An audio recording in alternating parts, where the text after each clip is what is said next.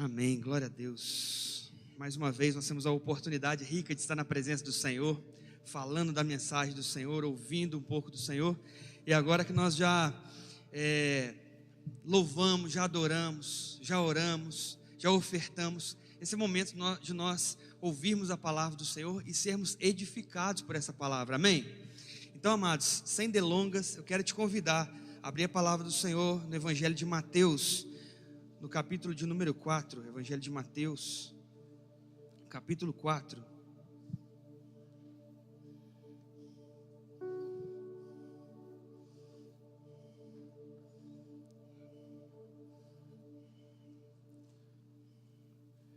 Mateus, capítulo 4, verso de número 18.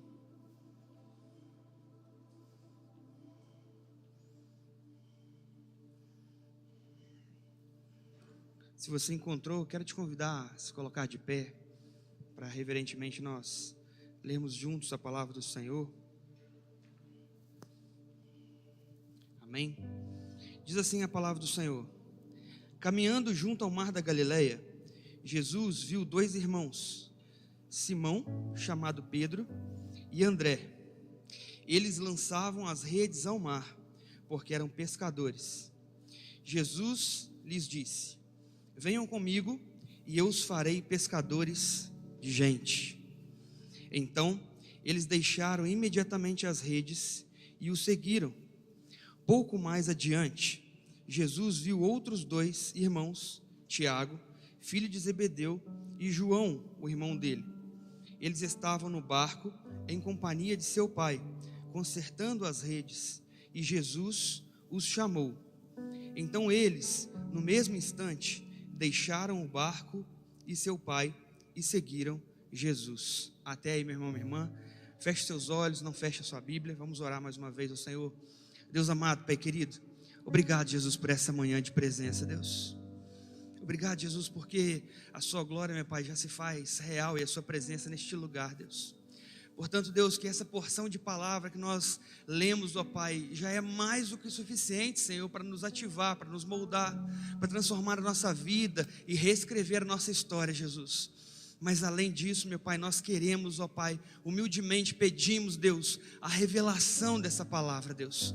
Nós queremos aqui sair edificados por essa mensagem, Deus. E nós queremos que o Senhor fale conosco, Deus. Eis aqui o seu povo, eis aqui a sua igreja, os seus filhos, ó Pai, que estão aqui, Senhor, sedentos e famintos para te ouvir, Deus. Senhor, abra o nosso coração nesta manhã, Deus. Abra os nossos ouvidos nesta manhã, Deus. Abra os nossos olhos, ó Pai, para que nós possamos enxergar mais além, Senhor, mais adiante, Deus. Fale conosco, Senhor, de uma forma tremenda nessa manhã, Deus. E que essa palavra edifique, Senhor, a nossa vida. Ó Deus, inicie, Senhor, a nossa semana como uma semente, Deus, que será gerada dia após dia, Senhor, dessa semana, Senhor, que começa hoje, Deus. E que nos leve, Senhor, para o entendimento, Senhor, da verdade que nos muda, que nos modifica e que nos acrescenta em nome de Jesus. Por isso oramos, agradecidos e certos no Senhor. Amém. Graças a Deus. Pode se sentar, meu irmão, minha irmã. Aleluia. Amados, apesar da palavra que nós lemos hoje, está no Evangelho de Mateus, eu queria trazer para nós aqui, e daqui a pouco vai fazer sentido, são textos de Atos dos Apóstolos. Esse texto me chama muita atenção, de Mateus, quando Jesus encontra Pedro pescando peixes, ele como um homem da pesca, um homem que está acostumado com o seu cotidiano de pesca, mas quando Jesus aparece na vida dele, imediatamente, e o chama imediatamente, ele larga para trás todas as coisas que envolvem o cenário da pesca. Ele deixa para trás as redes, ele deixa para trás os sonhos dessa área, ele deixa para trás as estratégias e tudo aquilo que levava ele a ser um homem considerado um grande pescador. A gente sabe muito bem que Pedro não era um homem tão pobre assim. Pedro tinha sócios, então ele era um cara assim, influente da pesca. Ele era um cara reconhecido, então ele larga todas essas coisas quando Jesus passa pela vida dele. E a palavra que mais me chama a atenção de todo esse texto que nós lemos aqui é a palavra imediatamente. Essa palavra imediatamente não se trata sobre imediatismo. Nós estamos tão acostumados com o imediatismo das coisas que nós esquecemos do que é de fato imediatamente. Quando Jesus passa pela vida de Pedro e o chama, imediatamente ele lança para trás as redes, larga as redes para trás, e ele começa a se lançar agora para esse evangelho que o chama pela pessoa de Jesus Cristo. Então isso não é imediatismo. O que é imediatismo? Imediatismo é todas as vezes que a gente quer as coisas no nosso tempo e da maneira mais rápida possível, e isso realmente não nos edifica. Isso só nos leva para um cenário onde nós ficamos sempre dependentes de querer mais, e a velocidade mais e mais e mais. Isso não nos leva para um ambiente seguro e nem saudável. Mas quando Jesus passa pela vida de Pedro, não é imediatismo que acontece. Não é um Pedro que hoje é pescador e naquele momento ele se torna um apóstolo, ele se torna um profeta, ele se torna um discípulo. Não é isso que acontece. Mas inicia-se aqui uma grande caminhada, um grande projeto, um grande tempo, onde Pedro ele vai ser treinado e capacitado por esse Jesus que um dia se apresentou à sua vida. Eu lembro que quando eu estava indo para a faculdade, eu ouvi um conselho de um amigo, que hoje é pastor também, um pastor referência para mim. E ele chegou para mim e falou assim: olha, quando você for para a faculdade, muitas pessoas vão falar muitas coisas. As pessoas que já passaram vão falar que é uma grande perda de tempo, que lá você não vai aprender nada, que na verdade ali é só um protocolo para se tornar pastor. Mas na verdade, não passe pela faculdade, mas permita que a faculdade passe por você. E com a caminhada eu comecei a entender isso, que muitas vezes o que nós fazemos é passar pelas coisas para alcançar aquilo que nós estamos querendo, mas nós não vivemos, não aproveitamos, nem desfrutamos do processo de construção. E é sobre isso que eu quero falar nessa manhã. Esse processo de construção de valores, esse processo de caminhada, esse processo de discipulado, que na verdade nos traz e nos transforma naquilo que Jesus, quando olha para nós, enxerga, mesmo que quando nós não enxergamos. Pascal, eu acho que a luz está errada. Depois você dá uma olhadinha. Está no olho das pessoas. Então, quando nós olhamos para esse cenário onde que Jesus chama Simão no meio da pescaria, nós vamos ver que o que acontece é o fato de que ele é transformado imediatamente. Ele larga as redes, mas ele não é transformado imediatamente.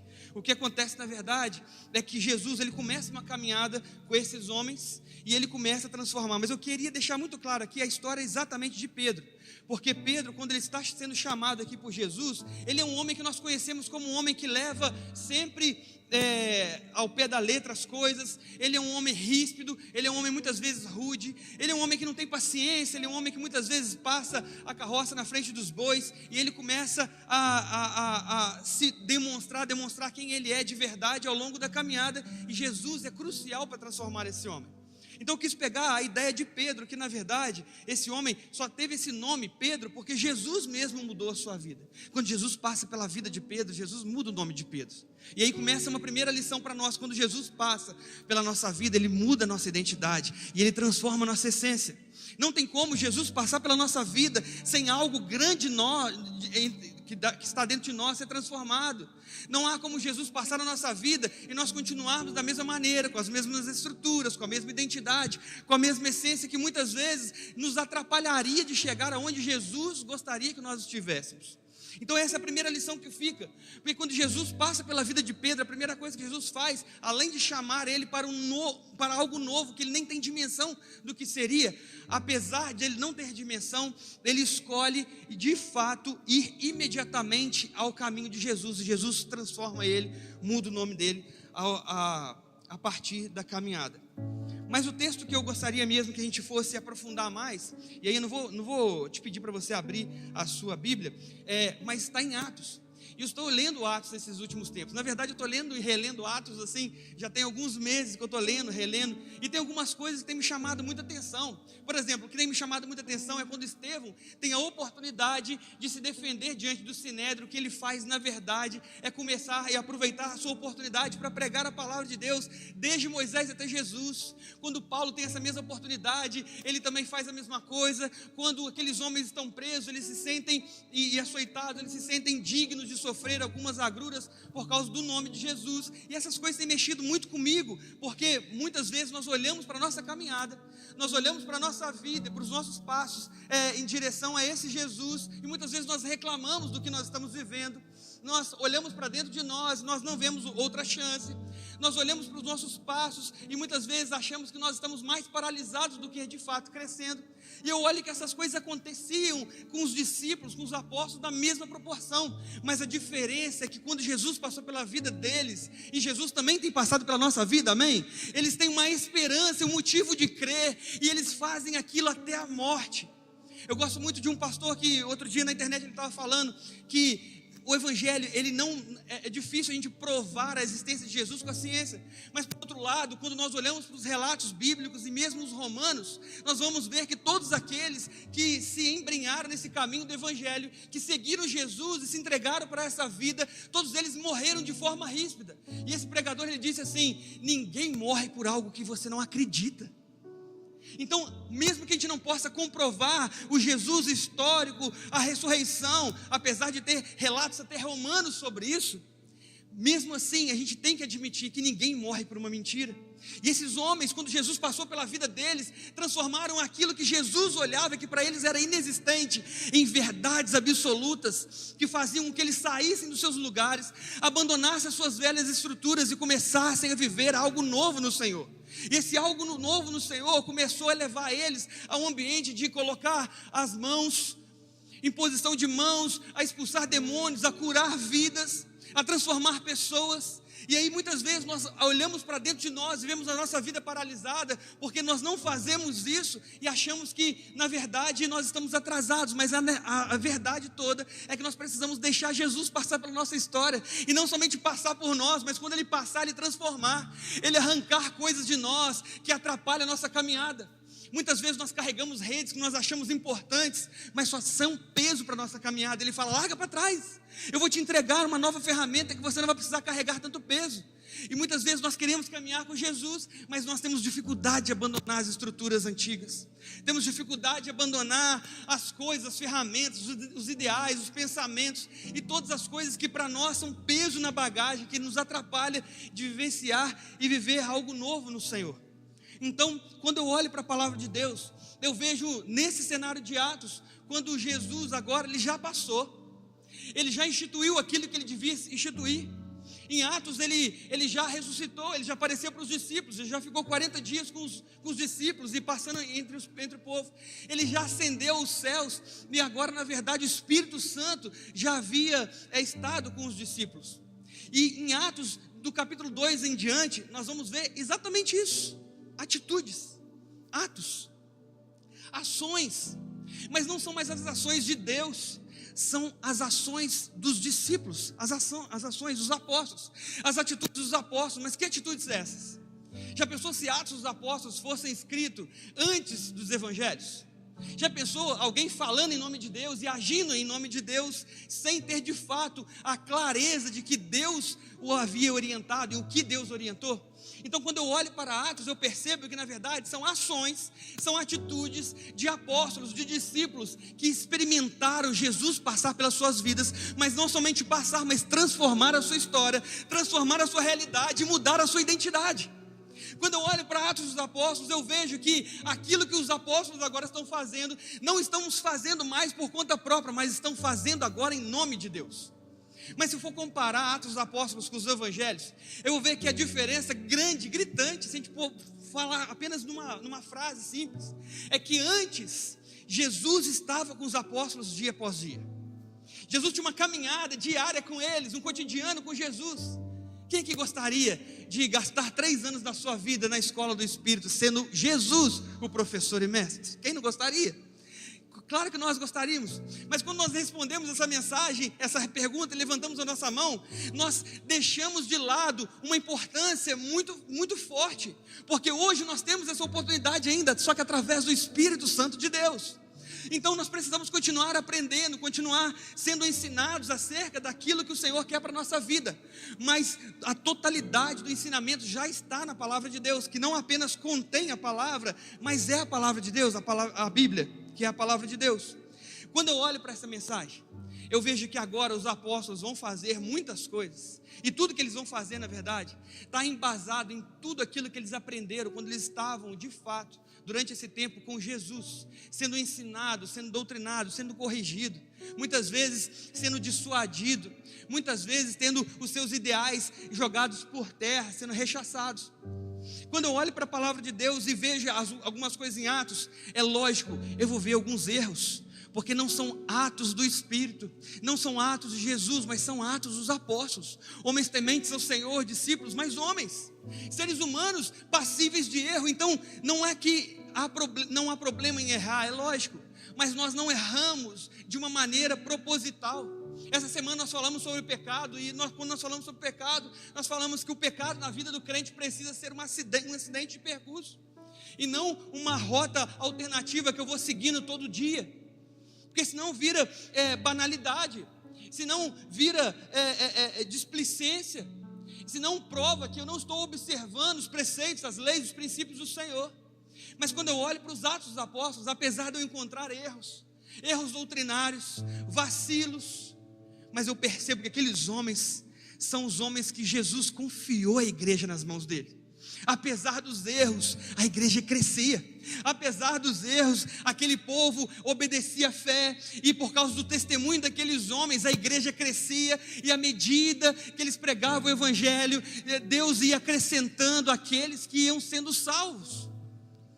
Então, na verdade, não são atos de pessoas comuns apenas, mas pessoas comuns, uma vez chamadas, que experimentaram Jesus passar pelas suas vidas e transformaram suas histórias, e agora estão vivendo, não mais em próprio nome, mas em nome desse Deus. E aí tudo muda, e aí todo o cenário agora é modificado, é transformado.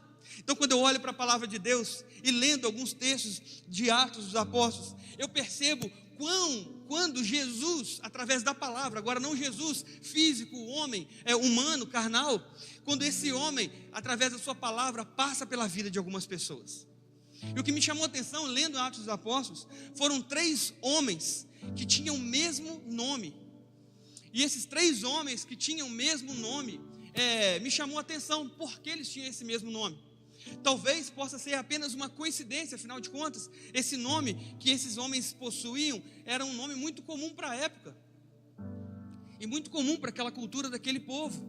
Mas por outro lado, o que me chamou a atenção, a fim de eu olhar para essa palavra, olhar para esses textos, identificar alguma coisa no meio deles que pudessem intercalar eles de alguma forma, foi o nome deles sendo um nome igual. Então, quando eu li Atos dos Apóstolos, eu comecei a ver algumas estruturas relacionadas com o nome daqueles homens. E a ideia dessa mensagem, dessa manhã, é falar um pouco sobre os 3 Simão. 3 homens que estão nas histórias bíblicas em Atos dos Apóstolos, com o mesmo nome, Simão. E antes de a gente falar exatamente sobre cada um deles, é necessário identificar que Simão, apesar de ser um nome muito conhecido da época, ele tem um significado muito profundo. Simão vem do grego Shimon, que tem a raiz da palavra chamar, que significa aquele que ouve, aquele que ouviu, aquele que está atento para o ensinamento. Então Simão é esse homem, esse que recebe esse nome, a pessoa que recebe esse nome porque ele está atento às escrituras, ele está atento para aquilo que ele está ouvindo. Mas apesar disso, isso que me chamou a atenção, para falar a verdade, apesar disso nós vamos ver homens que têm esse nome, carregados de significado, de ensinamento, que traz para nós essa identidade de que aquele que ouve carrega esse nome. Mas aí que está uma grande diferença entre alguns tipos de Simão, que nós vamos falar daqui a pouquinho, é o fato de que alguns ouvem, mas se esquecem. Outros ouvem e abraçam a causa do evangelho, mas depois eles desanimam. Mas outros que ouvem e praticam e largam tudo e se transformam e mudam de vida. É sobre esses homens que eu quero falar nessa manhã conosco aqui, e que esses homens para nós vão se tratar de 3 tipos de pessoas.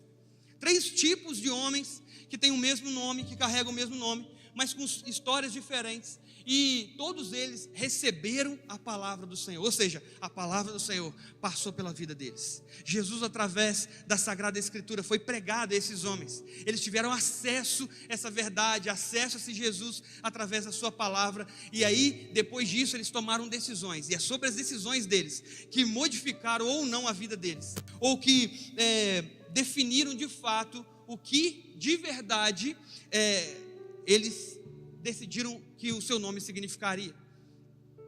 O primeiro Simão que eu quero trabalhar com vocês aqui nessa manhã é um Simão que está lá em Atos dos Apóstolos, capítulo 8, versículos 9 a 25. Eu não vou ler tudo, mas esse Simão é conhecido como Simão o Mago.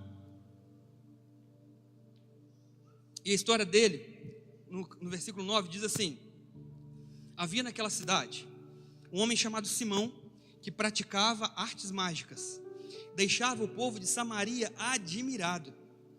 Dizia ser alguém muito importante, e todos lhe davam ouvidos, do menor ao maior, dizendo: este homem é o poder de Deus, chamado grande poder.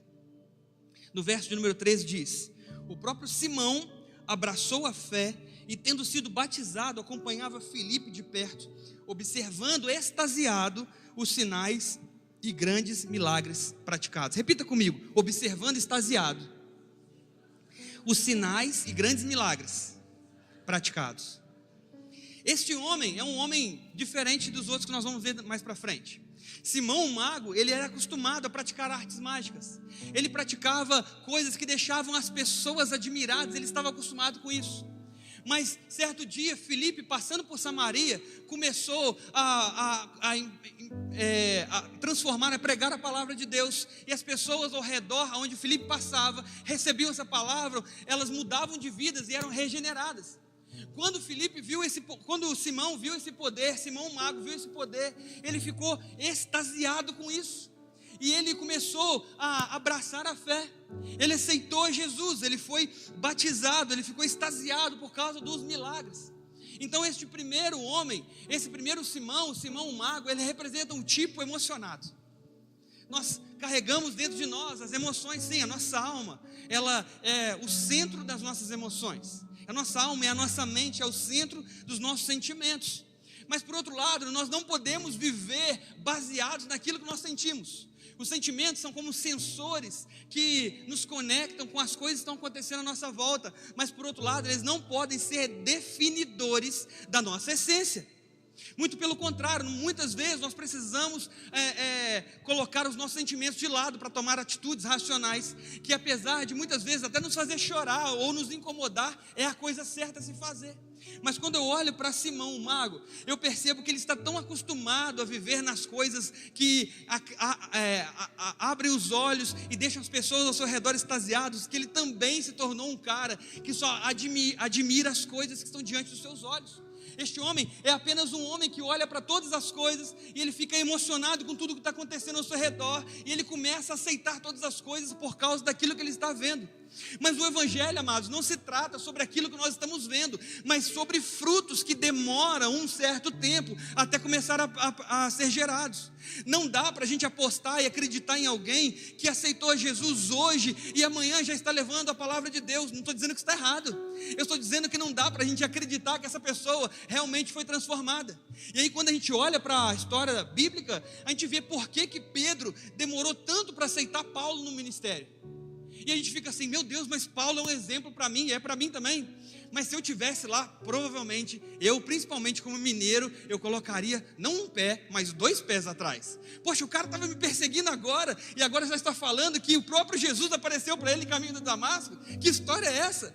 Como que agora ele se auto-intitula apóstolo, se ele nunca viveu com Jesus? Se na verdade quando ele era muito jovem, ele estava ali segurando a capa das pessoas que estavam apedrejando Estevão, e Jesus já tinha estado ressurreto e ascendido aos céus. Que homem é esse que diz agora que está levando a palavra de Deus? Ontem ele estava perseguindo os cristãos, ontem ele estava maltratando as pessoas, e hoje ele diz que ele é um apóstolo, que ele é um seguidor, que ele é um discípulo. Então é normal a gente olhar para essas coisas e abrir os nossos olhos, pelo menos para atentar. Então a palavra é: vamos aguardar até que os frutos começam comecem a dizer que árvore é essa.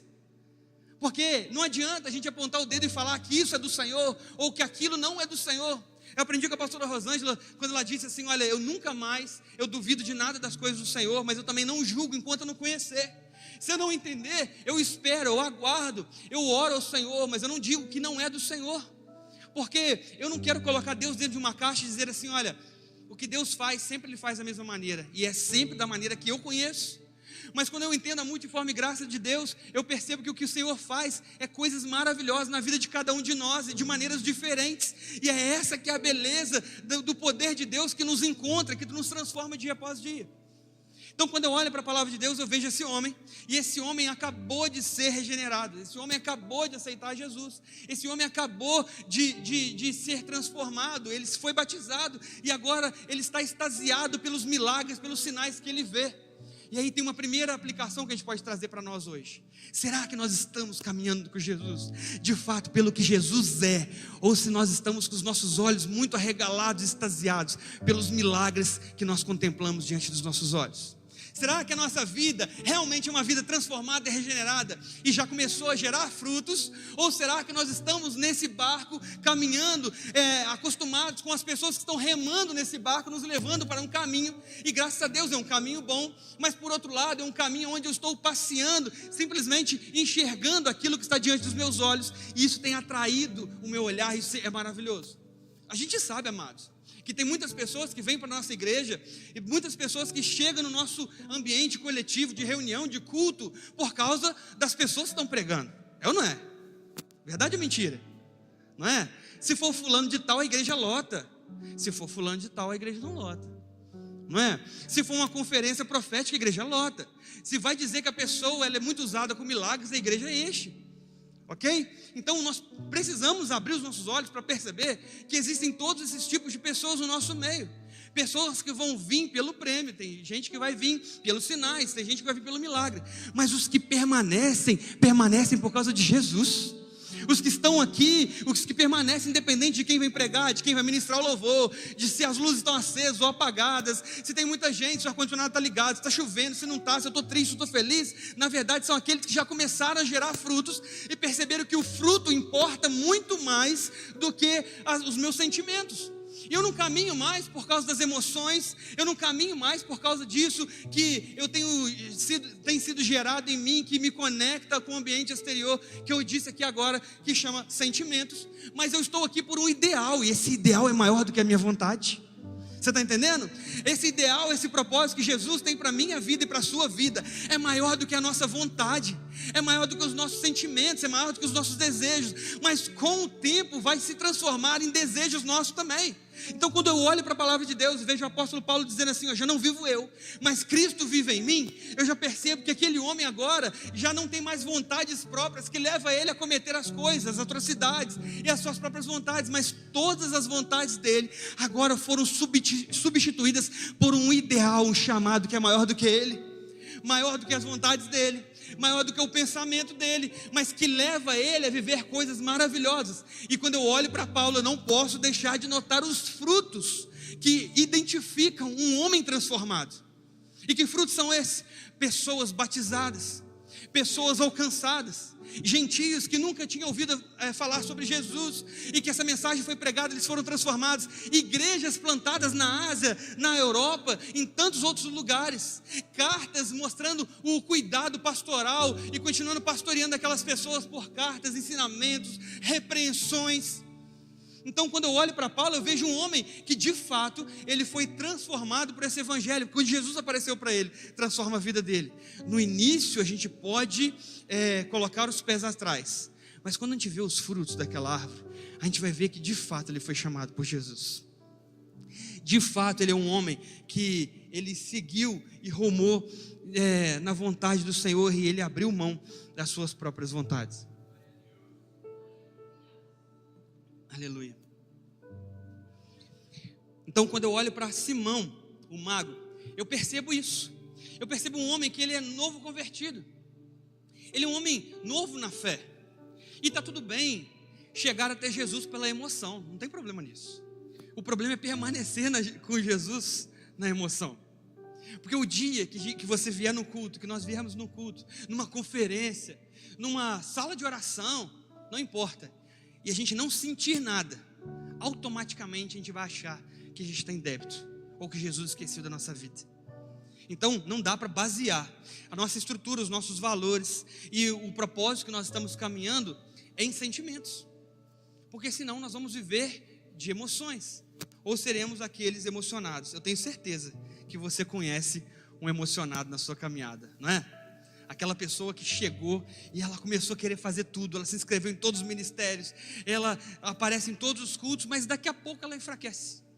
Daqui a pouco ela recebe uma correção de um líder dizendo assim: olha, não é para vir com essa roupa, cuidado com a roupa que você veste, cuidado com essa música que você posta nas redes sociais. Ela já se sente totalmente desanimada, desencorajada, e ela começa a falar que Satanás está perseguindo ela, que ela não está aguentando mais, está muito pesado. São pessoas emocionadas, que firmaram as suas raízes em algo que não é a rocha de verdade, mas nas suas emoções, e as emoções são voláteis, as nossas emoções elas passam.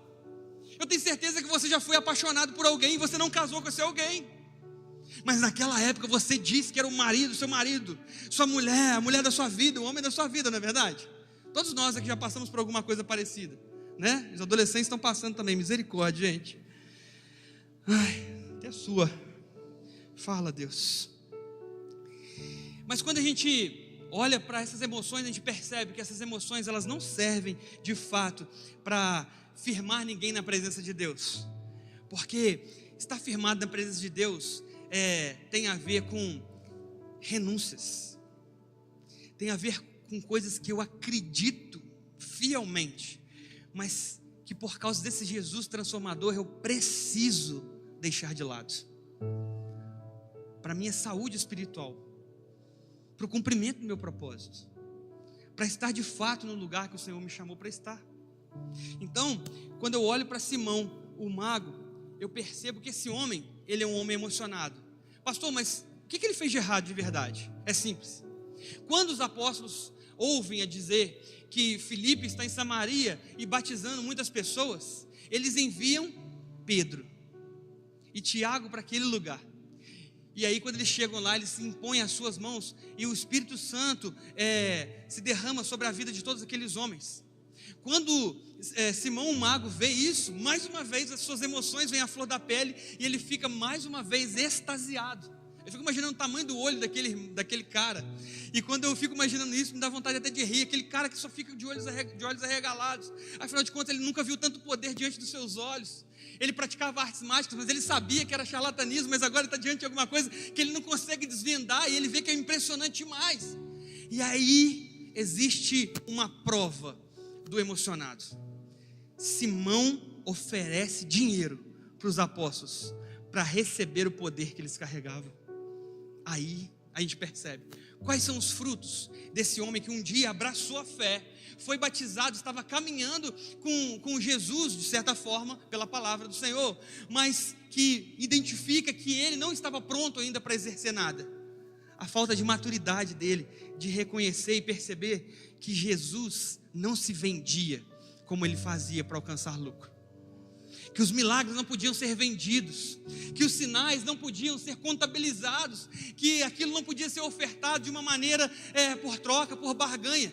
E aí o apóstolo Pedro chega para ele e fala assim: olha, o seu coração não é reto diante de Deus, ele está cheio de inveja e preso em sua maldade, você jamais terá parte nesse ministério. Rapaz, eu fico imaginando ouvir uma frase dessa de Pedro, enquanto eu estou tentando ser alguém melhor, eu estou tentando encontrar Jesus, estou tentando ser alguém que vai caminhar de acordo com a palavra de Deus, mas eu ofereço dinheiro porque eu não estou pronto ainda. E eu ouvi uma palavra dessa. Imagina Jesus falando com você assim: olha, o que você está fazendo é tão errado diante dos meus olhos, que eu vou te dizer uma coisa: seu coração está cheio de maldade, está cheio de inveja, e eu vou te dizer outra coisa: você jamais terá parte desse ministério. Já pensou ouvir isso de Deus? Já pensou ouvir isso de Jesus? Já pensou ouvir isso do seu pastor, do seu líder? Você jamais terá parte desse ministério. Mas não é uma palavra que derrota aquele homem, não é uma palavra para maltratar ele, nem para fazer com que ele morra, aquele homem, no nascedouro do evangelho naquele homem, não. Na verdade é uma palavra assim: você jamais terá parte nesse ministério, se o seu coração continuar perverso, cheio de maldade e de inveja. Então ele tem a oportunidade de dali se arrepender, e Pedro fala com ele assim: arrependa-te. Existe uma oportunidade para aqueles que são emocionados, de começar a construir os seus valores, os seus ideais e o propósito de Deus na sua vida. Mas por outro lado, aquele homem fala assim: que aquilo não venha acontecer isso sobre a minha vida. Ore ao seu Deus e peça para que ele não venha, que essas maldições caem sobre a minha vida. Então aquele homem, ele perde a oportunidade de se arrepender e de ter uma nova história.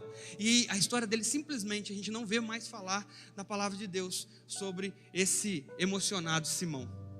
Então Simão é um homem que ouve. A palavra de Deus fala que ele ouviu, que ele até abraçou a fé, mas ele simplesmente ficou atento demais para os sinais, ele deu valor demais para os milagres, ele se entregou de fato para as grandes maravilhas, e ele foi muito pouco transformado ao longo da sua caminhada. E quando ele teve a oportunidade de ser transformado, seria o próximo nível da história de Simão, ele abre mão do pedido de perdão, simplesmente porque ele tem medo daquilo que poderia cair sobre a vida dele. Então eu tenho certeza que você conhece alguém que é emocionado. Será que você é um emocionado? Será que nós podemos te corrigir? Será que nós podemos te confrontar? Será que nós podemos ir nas suas redes sociais e falar assim: olha, essa roupa aqui não está adequada, hashtag todos contra o cropped? Será que a gente pode fazer isso? Essa hashtag é da nossa rede. Será que nós podemos fazer isso sem você ficar tão entristecido a ponto de sair da igreja e falar assim: olha, eu não quero isso mais, porque na verdade estão me julgando. Nós estamos vivendo um tempo que a gente não pode ser julgado mais, mas a palavra de Deus fala que a gente deve ser julgado com a reta justiça de Deus. Então tudo aquilo que a gente percebe que está na palavra de Deus, mas nós estamos vivendo na contramão, alguém precisa nos chamar a atenção, nos admoestar, chamar atenção com amor, para a gente sair desse lugar, a gente avançar ao próximo estágio, passar ao próximo nível, subir o próximo degrau, senão a gente vai ficar paralisado e simplesmente viver emocionado. Eu vou acelerar. O segundo ponto, o segundo Simão, é um Simão que ele está em Atos também, só que no capítulo 10, versículo 5.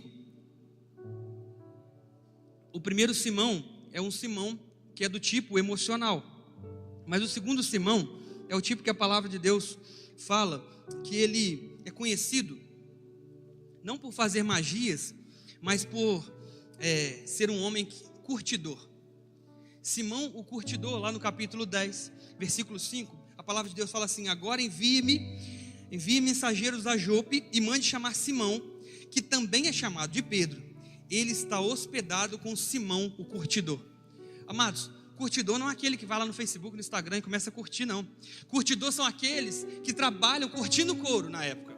E essa habilidade de curtir couro é exatamente oposta à cultura judaica daquele tempo. Porque os judeus não podem tocar em animais mortos, não podem tocar em nada que é impuro, que é considerado impuro, não comem porco por causa que é um animal da pata fendida. Então tem várias coisas que uma vez que eles encostam, que eles tocam, que eles têm alguma experiência com essas coisas, eles têm que passar por um ritual de purificação. Só que esse homem é um judeu, Simão, o curtidor, é um judeu, mas que está sempre curtindo couro. Ele está sempre tocando em peles de animais mortos. Afinal de contas, aquela era a profissão dele. Então esse Simão, o curtidor, ele, diferente do mago, ele não é um tipo emocional, mas ele é um tipo carnal. E qual o problema de ser carnal? O problema de ser carnal é lidar com as coisas de Deus de maneira totalmente cotidiana, de maneira tão básica, tão natural, que a gente deixa de acreditar em Deus e servir a Deus como nosso Senhor e Salvador, e começa a tratar Jesus como um brother, como um amigo que eu posso caminhar para todos os lados, eu não sou corrigido. Então quando eu olho para a palavra de Deus e vejo essa personalidade de Simão o curtidor, eu vejo que esse homem é um homem carnal, um tipo de homem carnal. Esse homem, ele está tão aberto a viver da forma que ele está vivendo, que ele não vê problema nenhum. É um tipo de pessoa diplomática, sabe? Aquela pessoa diplomática. Ela não está nem do lado nem do outro, ela está ali como apaziguador, ela quer o bem de todas as coisas. Mas, amados, muitas vezes nós temos que nos posicionar. Ser equilibrados é saber equilibrar os nossos sentimentos. Mas vai ter hora na nossa vida que a gente não vai poder ser equilibrado entre o céu e o inferno. A gente vai ter que tomar uma decisão e rumar por essa decisão. Está entendendo o que eu estou falando? Tem uma hora que a gente não vai poder simplesmente olhar para dois contrapontos e falar, eu vou ficar no meio termo, no meio do muro, porque isso é a melhor coisa, porque eu não arrumo problema com ninguém. Não vai funcionar. Com o reino de Deus, ou é sim ou é não. Então Simão, o curtidor, representa esse homem carnal. Esse homem cotidiano, esse homem que está tão acostumado a viver com as impurezas do seu tempo, que ele nem mais perde tempo com a purificação, mesmo quando a purificação passa pela sua casa. Então é interessante porque essa palavra de Atos, agora que a gente acabou de ler, na verdade é uma visão, uma revelação que o próprio Deus dá para Cornélio, que é um gentio daquele tempo, que fala com ele para mandar alguns homens lá na casa de Simão o curtidor, porque Pedro está lá. Simão Pedro está lá naquele lugar.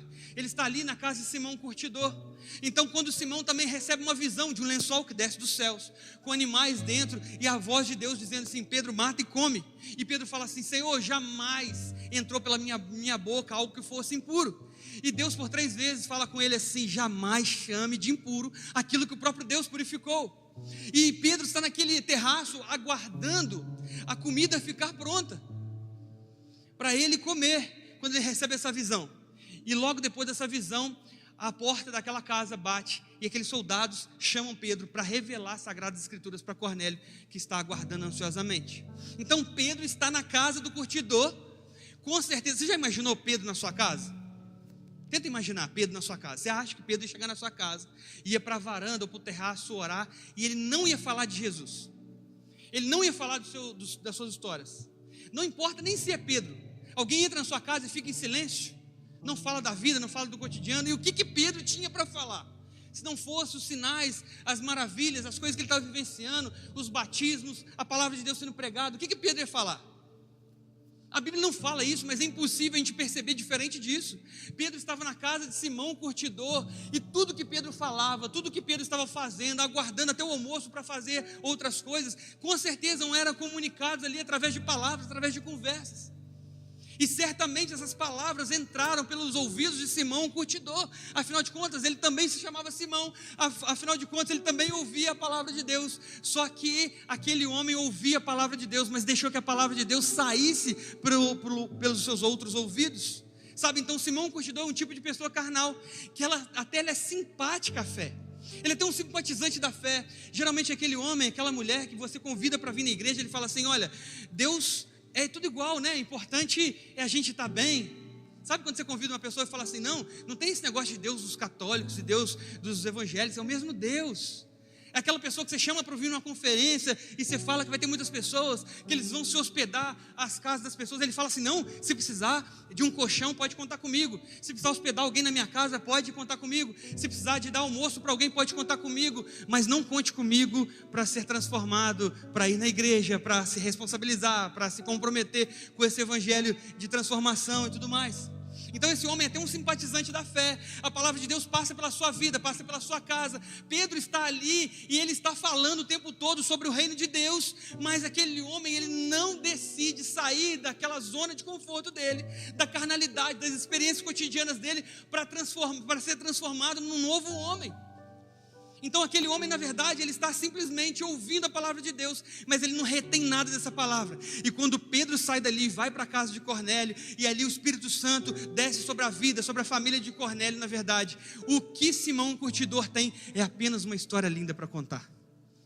Então cuidado, porque Simão, o curtidor, é o tipo de personalidade carnal, que sabe tudo o que está acontecendo na igreja, mas só tem uma história bonita para contar de alguém que está vivendo uma experiência com Deus.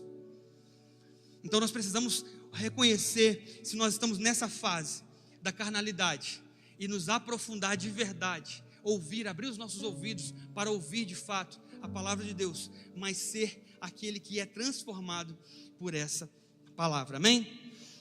Mas o terceiro ponto, e aí já estou encerrando, é sobre um outro Simão, que nós, ao longo dessa mensagem, falamos várias vezes sobre eles. Simão Pedro, já é outro tipo. Enquanto Simão, o mago, era um tipo emocional, e Simão curtidor é o tipo carnal, Simão Pedro, ele é o tipo espiritual. E talvez você fale para mim assim, mas pastor, eu conheço a história de Pedro. Quantas vezes que Pedro foi emocional? Quantas vezes que Pedro foi carnal? Eu sei disso. Mas por outro lado, quantas vezes eu e você também não fomos emocionais? Quantas vezes eu e você também não fomos carnais? A ideia não é não ser carnal, a ideia não é não ser emocional, a ideia é não paralisar nessa fase da nossa vida, da nossa caminhada. A ideia é continuar crescendo e se desenvolvendo, aguentando o rojão para chegar num nível espiritual de não somente ouvir a palavra de Deus, mas ser transformado, regenerado e pregar essa palavra para outras pessoas também. Então, para isso é necessário renúncia. Então a ideia, o que faz de fato uma pessoa sair desse lugar emocional ou desse lugar carnal e ir para um lugar espiritual, tem muito a ver com a renúncia que essa pessoa faz. E quando a gente olha para a palavra de Deus, no texto que nós lemos lá no início dessa mensagem, em Mateus, nós vamos ver que a primeira renúncia que Pedro faz é abandonar as redes, ou seja, o ideal de Pedro ele joga por terra. O propósito da vida de Pedro ele lança fora, para ele viver uma coisa que ele nem tem dimensão do que seria, mas que transformaria a sua vida para sempre. E que um dia nós estaríamos aqui pregando sobre ele, sobre a vida dele. Então quando eu olho para Pedro, eu vejo que esse homem, ele teve fases emocionais sim. Você sabe muito bem disso, quando ele corta a orelha de Malco, ele age pela emoção, pelo impulso. Jesus repreende a atitude dele. Quando ele não permite que Jesus lave os pés dele, ele também age na carnalidade. Quem é o Senhor para lavar os meus pés? Eu não posso deixar isso. Jesus corrige e repreende ele. Então todas as vezes que alguém emocional ou carnal é repreendido e corrigido por Jesus e aceita a repreensão e aceita a correção, ele está caminhando mais um passo no caminho de ser alguém espiritual, de ser alguém usado por Deus. Agora, diferente dos outros Simãos, esse homem tem seu nome transformado. Eu não vejo falar que Simão Curtidor teve seu nome transformado. Afinal de contas, o nome representa uma nova essência, uma nova identidade. Eu não vejo Simão mudando de vida. E também Simão, o curtidor, eu não vejo ele tendo seu nome transformado. Afinal de contas, aquele homem não aceitou, apesar de ouvir a palavra de Deus, não aceitou ser transformado, ser regenerado. Mas Simão, aquele Simão que nós acabamos de falar sobre ele tem seu nome transformado por Jesus. E de Simão, Shimon, simplesmente aquele que ouve, agora ele é Pedro. Não somente ouve, mas alicerçou as suas raízes naquele que é a rocha. Pedro é isso, uma pedra pequena. Quando Jesus fala assim, tu és Pedro, mas sobre esta palavra, sobre essa pedra, eu edificarei minha igreja. Ele está falando assim, você é uma pequena rocha, você é uma pequena pedra, mas sobre essa verdade que é a rocha absoluta, eu edificarei minha igreja. Ou seja, Pedro nesse estágio já está com suas raízes firmadas de verdade naquilo que modificou a sua vida, que é a sua identidade transformada por Jesus. Então quando eu olho para Simão Pedro, eu vejo que ele é aquele espiritual, e aquele que é espiritual é usado por Deus, irmãos. O espiritual é aquele que invoca o nome do Senhor. Quando ele chega lá, chegando ali, oraram por eles para que recebessem o Espírito Santo, pois o Espírito Santo ainda não havia descido sobre nenhum deles, tinham apenas sido batizados em nome do Senhor Jesus. Então aquele que é espiritual, ele invoca o nome de Deus. Aquele que é espiritual, ele tem autoridade, porque a palavra de Deus fala que impuseram as mãos e eles receberam o Espírito Santo. Aquele que é espiritual, ele tem um encontro com o mago e tem um encontro com o curtidor. Ele prega a palavra de Deus, e eles oferecem mudança de vida. Quando Pedro tem um encontro com o mago, ele fala, arrependa-te. Então mostra que aquele que é espiritual tem autoridade. Aquele que é espiritual, ele julga não com seus próprios valores, mas ele julga com a Sagrada Escritura. Simão Pedro, ele tem um encontro com Simão Curtidor, estando na casa dele, prega a palavra de Deus, mas a palavra de Deus pregada na casa daquele que simplesmente é carnal, não surte efeito. Mas quando Simão Pedro sai da casa do curtidor e vai para a casa de Cornélio, ali o Espírito Santo vem, ali as pessoas são colocadas, acontece imposição de mãos, o Espírito Santo vem, são batizadas, são transformadas, muitos sinais acontecem, muitas pessoas ficam impactadas ali. Então não tem a ver com a pessoa de Pedro, tem a ver com a limitação do ambiente onde Pedro estava, na casa do curtidor, que não tinha oportunidade para alguém ouvir a palavra de Deus e ser transformado e ser regenerado. Simão Pedro é aquele que ouve a voz do Senhor. Então aquele que é espiritual ouve a voz do Senhor. Talvez, eu já ouvi muito isso, pastor, Eu não ouço a voz de Deus. Deus não fala comigo.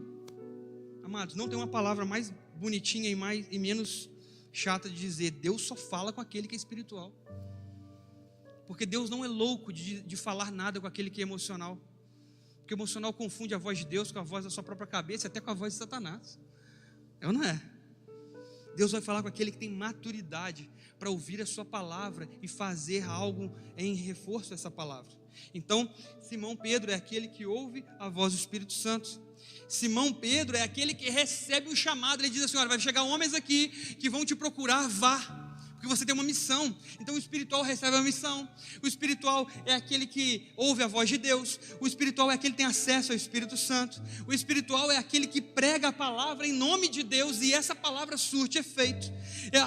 O espiritual, ele batiza. Então, o ser espiritual, esse tipo espiritual, é o tipo a qual o Senhor está sempre voltando os seus olhos para sempre melhorar ainda o estágio, melhorar ainda a palavra, melhorar ainda a sua missão, reforçar os seus valores. Agora, amados, eu vou te dar uma notícia, para a gente encerrar mesmo. Tanto Simão Mago, tanto Simão Curtidor, como Simão Pedro, habita dentro de nós. Todos nós temos um pouquinho desses três. Todos nós precisamos lutar para que um deles se sobressaia no final das contas. Todos nós somos emocionais. Todos nós somos carnais. Todos nós somos espirituais. A diferença é que cada uma dessas personalidades dentro de nós tem um tipo de prioridade, um tipo de desenvoltura, e é necessário cada dia mais focar naquilo que é espiritual de Deus. Então é necessário entender que o Senhor vai usar aqueles que são espirituais, são maduros. São os maduros que vão para a liderança. São os maduros que ouvem a voz de Deus. São os maduros que são sensatos. São os maduros que são firmes, que são sábios. Entende que não tem a ver com um título, amados? Tem a ver com a abertura que nós vamos dar para esse evangelho que vai passar pela nossa vida, mas não simplesmente passar por nós, mas enquanto passa nos transforma.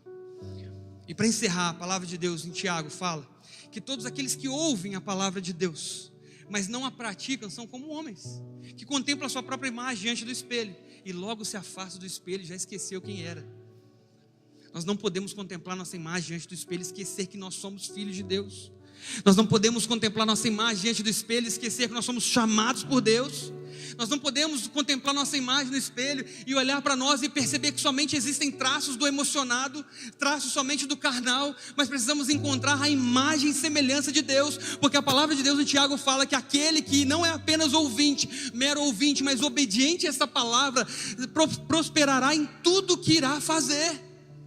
Então nós precisamos sair desses estágios de imaturidade, do emocional, do simplesmente carnal, e começar a nos arrumar, nos aprumar, caminhar, começar a dar o próximo passo na direção daquilo que de fato é espiritual.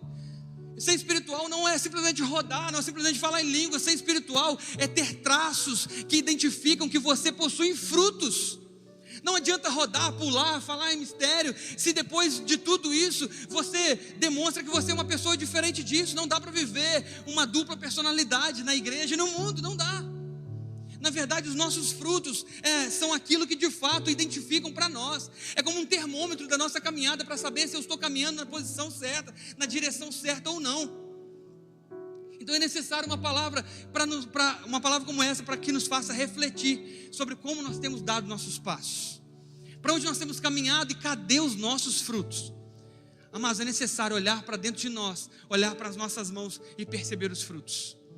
Uma vez John Huss, um homem que era um dos reformadores da igreja, estava passeando pela Europa diante de templos afortunados, com ouro incrustado nas suas paredes, e esse amigo dele chega para ele e fala assim: olha, interessante, né? Hoje nós estamos aqui, igrejas estão repletas de ouro incrustado nas suas paredes, e hoje nós não podemos mais falar como Pedro falou para aquele homem que estava sentado na porta formosa, que nós não temos nem ouro nem prata. Hoje a igreja tem ouro e prata.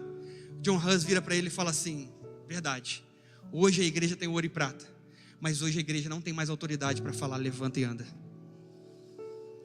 Porque muitas vezes nós estamos caminhando numa direção somente emocionada, ou dando valores para aquilo que de fato não é o que o Senhor te chamou para fazer. Então por isso eu quero te convidar para você se colocar de pé. Mas antes de você se levantar, eu quero que você deixe para trás as suas redes, deixe para trás as artes mágicas, deixe para trás as emoções. Então se levante na confiança e na entrega de estar se arrumando, se aprumando o seu corpo para uma vida espiritual de fato, que está baseada não apenas em misticismos, não apenas em movimentos, mas em mudanças, em transformação. Eu gosto muito quando a pastora Rosângela fala assim, que a igreja não é uma força em movimento, não é um monumento, mas é uma força em movimento. Então nós precisamos sair desse lugar que nos esquarteja, nos separa daquilo que de fato nós somos. Nós precisamos não divorciar mais a nossa espiritualidade com o nosso emocional, nem com as nossas vontades, mas é necessário a gente fazer um bom aparato disso tudo e viver com equilíbrio santo, mas sempre buscando ser pessoas mais sensatas, voltados para aquilo que de fato é o nosso chamado, aquilo que o Senhor está trazendo para nós como novidade, e aquilo que Ele fala: olha, vem, me segue, viva de mim, beba de mim, mas largue para trás tudo aquilo que antes servia para você como fonte de água, porque eu sou a fonte única. Não dá para viver uma vida dizendo que nós somos cristãos, evangélicos, batendo o peito por isso e não gerarmos os nossos frutos. Amado, eu não sei como que você pensa, mas todos os dias eu penso nisso. Como que eu posso melhorar? Como que eu posso gerar mais? Eu ainda estou gerando muito pouco, está muito longe do que Jesus quer para a minha vida, e eu quero ser um cara relevante. Eu quero, quando chegar diante do Senhor, eu não mostrar para o Senhor somente as minhas habilidades, as minhas técnicas, ou a minha emoção controlada. Eu quero mostrar os frutos dessa caminhada durante a minha vida toda.